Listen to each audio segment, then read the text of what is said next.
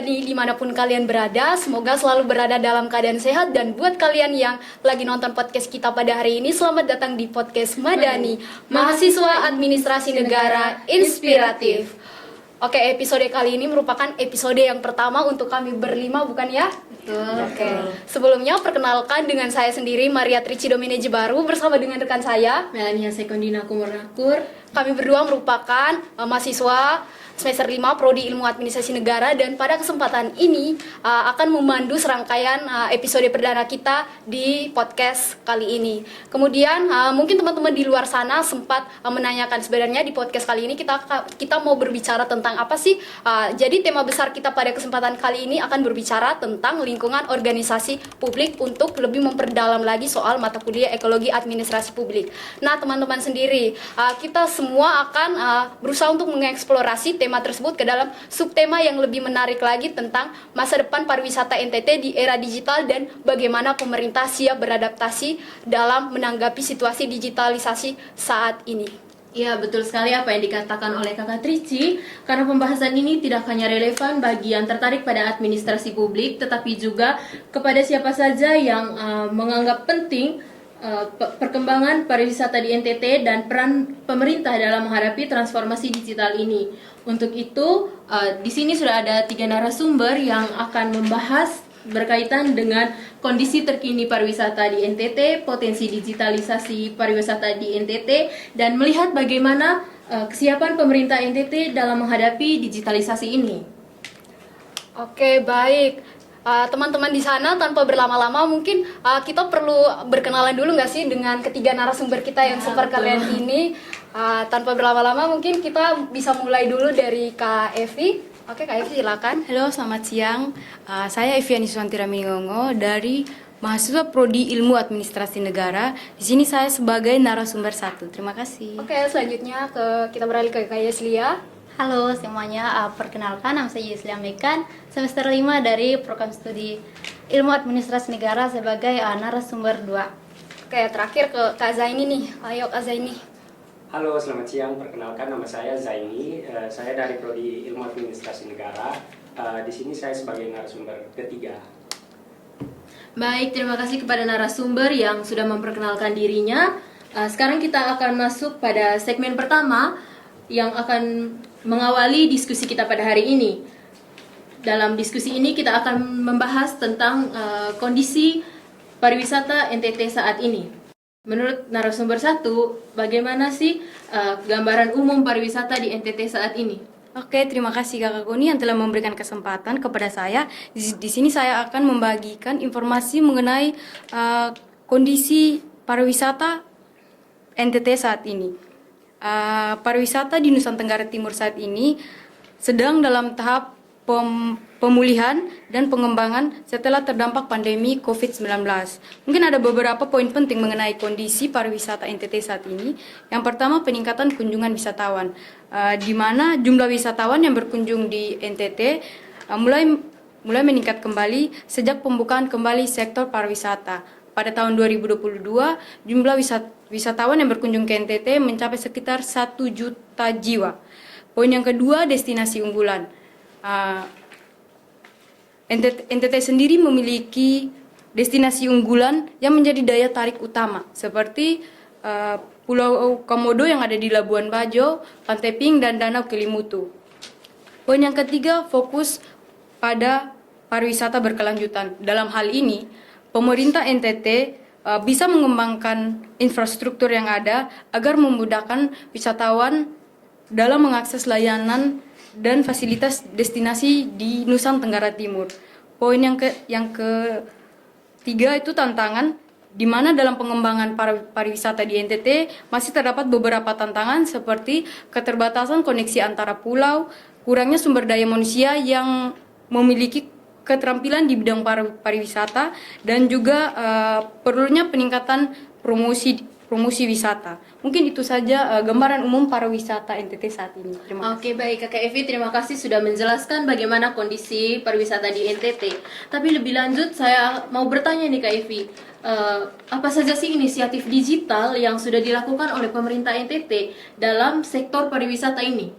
Oke, terima kasih Kakak Koni. Mungkin ada beberapa inisiatif digital yang telah dilakukan oleh pemerintah NTT dalam mengembangkan pariwisata di NTT, seperti adanya website resmi pariwisata NTT, di mana pemerintah telah mengembangkan website resmi pariwisata NTT ini yang berisi tentang informasi mengenai destinasi, panduan perjalanan, dan promosi event yang ada di NTT. Yang berikut adanya sistem reservasi online, di mana beberapa destinasi wisata populer di Nusa Tenggara Timur seperti Taman Nasional Komodo itu telah menerapkan sistem reservasi online untuk mengatur kunjungan wisatawan. Yang berikut pelatihan digital marketing.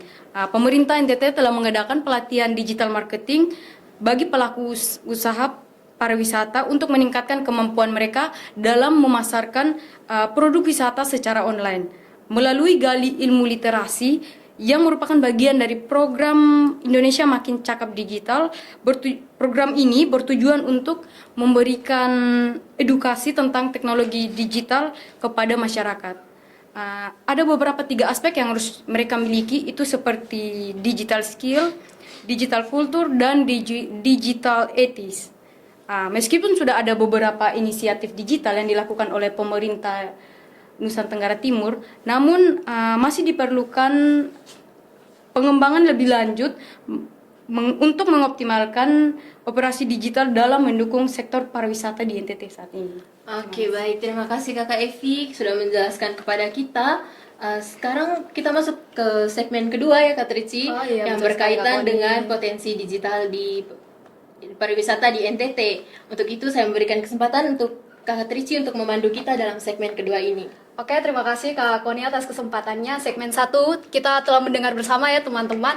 Sangat menarik sekali, telah diceritakan bagaimana kondisi umum pariwisata NTT, kemudian dari segi ini pemanfaatan digitalisasinya, dan di segmen kedua ini mungkin teman-teman lebih banyak bertanya pada segmen kedua kita mau berbicara soal apa sih. Di segmen yang kedua ini kita akan membahas tentang tantangan-tantangan digitalisasi pariwisata yang dihadapi oleh pemerintah NTT. Mungkin untuk mengetahui tentang lebih lanjut bagaimana tantangan-tantangan tersebut, kita bisa tanyakan kepada narasumber kita yang keren ini, Kak Yeslia. Mungkin bisa menjelaskan dulu tantangan seperti apa yang dihadapi oleh pemerintah NTT saat ini. Baik, terima kasih Kakak Trici atas kesempatannya. Pada kesempatan kali ini, saya akan berbagi informasi terkait dengan tantangan penerapan teknologi digital pariwisata NTT. Nah, ada beberapa tantangan yang perlu kita ketahui. Yang pertama itu keterbatasan infrastruktur digital. Nah, sama-sama kita tahu bahwa wilayah NTT secara menyeluruh ada beberapa daerah yang akses internetnya belum merata. Nah, contoh yang dapat saya ambil itu kesulitan implementasi dalam pemesanan online di beberapa desa wisata di Pulau Alor karena keterbatasan jaringan internet. Nah, yang kedua itu ada kesenjangan literasi digital. Nah, di sini masih terdapat disparatif kemampuan digital antara pelaku usaha pariwisata lokal. Nah, contohnya itu rendahnya tingkat adopsi platform pemasaran digital oleh pengrajin tingkat tradisional. Nah, yang ketiga itu ada kebutuhan investasi substansial. Nah, di sini implementasi teknologi canggih memerlukan investasi awal yang signifikan. Nah, pemerintah tidak memiliki cukup anggaran untuk mengalokasikan dana bagi kegiatan pemasaran. Nah, terutama untuk periklanan dan promosi. Tentu hal ini menjadi permasalahan mendasar dalam meningkatkan kemampuan digital pariwisata NTT agar dapat tumbuh menuju arah yang lebih baik. Nah, mungkin itu saja beberapa tantangan yang dihadapi dalam penerapan teknologi digital. Oke, menarik sekali Kak Yeslia terkait dengan tantangan-tantangan yang saat ini tengah dihadapi oleh pemerintah NTT dalam meningkatkan pariwisata digital. Namun Kak Yeslia, di sela-sela tantangan itu sendiri, pemerintah tentunya membuat berbagai macam kolaborasi ya yang dapat mempercepat tingkat digitalisasi khususnya untuk pariwisata NTT sendiri. Mungkin di sini teman-teman juga belum tahu ya terkait dengan apa saja sih bentuk-bentuk kolaborasi yang telah dilakukan oleh pemerintah. Mungkin Kak Yeslia di sini bisa memberikan berbagai bentuk kolaborasi yang telah dibuat oleh pemerintah untuk meningkat atau mempercepat proses transformasi digitalisasi NTT saat ini. Baik Kakak Treci, kita dapat melihat dari keterlibatan beberapa sektor. Di antaranya itu yang pertama ada Kementerian Pariwisata dan Industri Kreatif. Nah, melalui Badan Pelaksana Otoritas Labuan Bajo menerapkan program Flora Tama Academy 5.0. Nah, program ini menyasar pada beberapa daerah lokal seperti Flores, Alor, Lembata, dan juga Bima. Nah, program ini bertujuan membantu peserta beradaptasi dengan era digital melalui kreativitas, pemikiran kritis, komunikasi, dan melakukan kolaborasi di antar wilayah yang ada di NTT. Nah, yang kedua itu pemerintah NTT juga telah melakukan kolaborasi dengan Grab melalui program Kota Masa Depan guna mempercepat transformasi digital pariwisata NTT. Nah, saat ini program tersebut telah memberikan dampak yang positif bagi pariwisata serta pemangku kepentingan wisata NTT.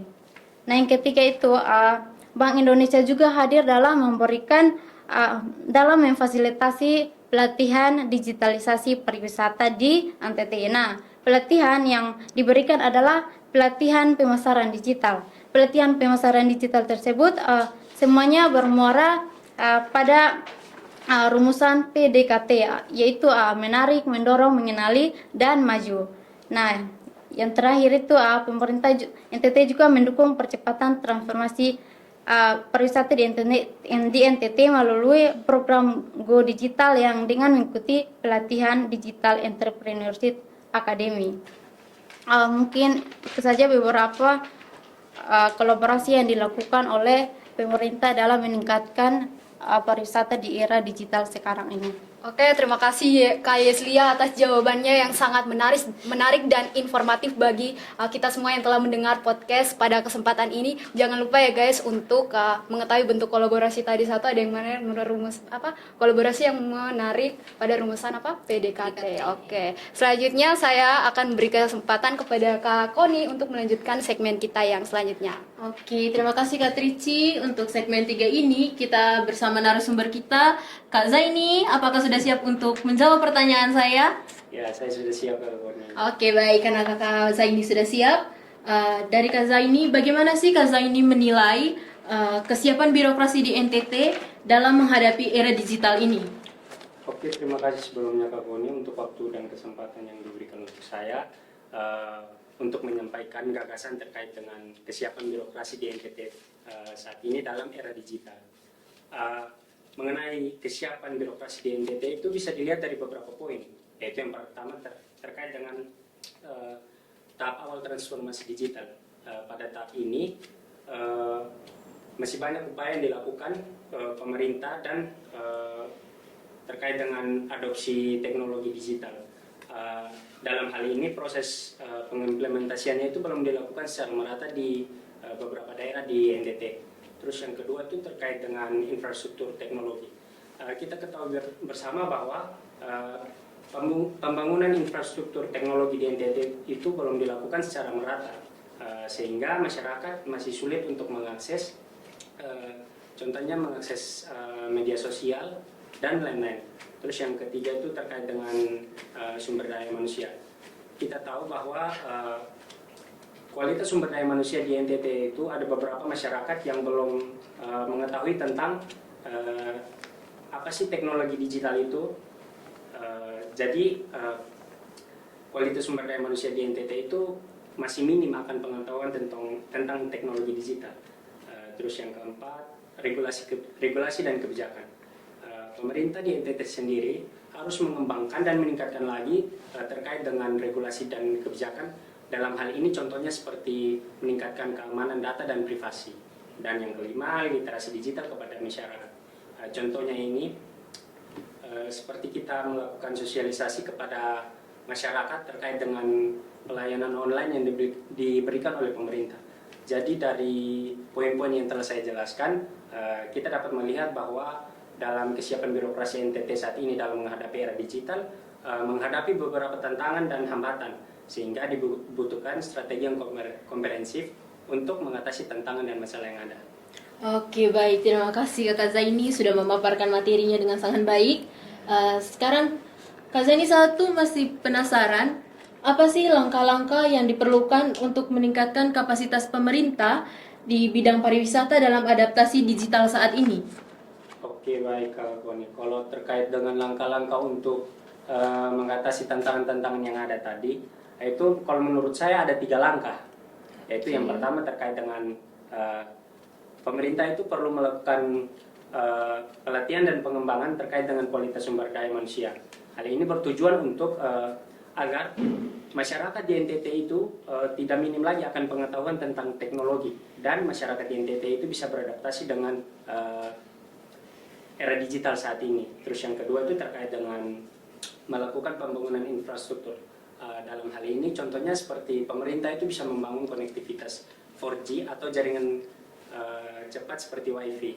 Yang solusi ketiga itu melakukan kerjasama dengan platform digital dan marketplace untuk membuka banyak peluang dan membantu masyarakat NTT untuk bisa memperkenalkan destinasi wisata yang ada di NTT. Oke, Baik. Terima kasih Kakak Zaini untuk menjawab pertanyaan terakhir dari saya tadi. Kak Trici, tidak terasa ya kita sudah berada di segmen penutup. Jadi apa yang Kakak Trici mau sampaikan kepada kita semua saat ini? Oke Kak Koni, terima kasih ya. Meskipun di luar sana teman-teman kita tahu bahwa panas terik matahari, tetapi tidak menghalangi rasa ingin tahu kita akan informasi, apalagi kita berbicara soal lingkungan organisasi publik, dan ini menyangkut soal bagaimana kesiapan pemerintah dalam menghadapi era digitalisasi khususnya untuk pemerintah dinas pariwisata yang ada di NTT. Oke. Mungkin sekali lagi kita berikan aplaus kepada 3 narasumber kita yang sangat hebat dan inspiratif dalam memberikan informasi yang menarik. Betul sekali Kak Koni. Baik. Sampai jumpa ya di episode berikutnya. Semoga podcast ini bermanfaat untuk kita semua. Jangan lupa untuk memberikan kisah inspiratif lainnya yang lebih seputar lingkungan organisasi publik. Don't forget to like, comment, subscribe, dan share channel ini. Sampai jumpa. Kami dari Podcast Madani, Mahasiswa Administrasi Negara Inspiratif. Saya Melania Sekondina Kumurnakur dan teman saya Maria Tricidomene Baru. Kami pamit undur diri. Bye-bye.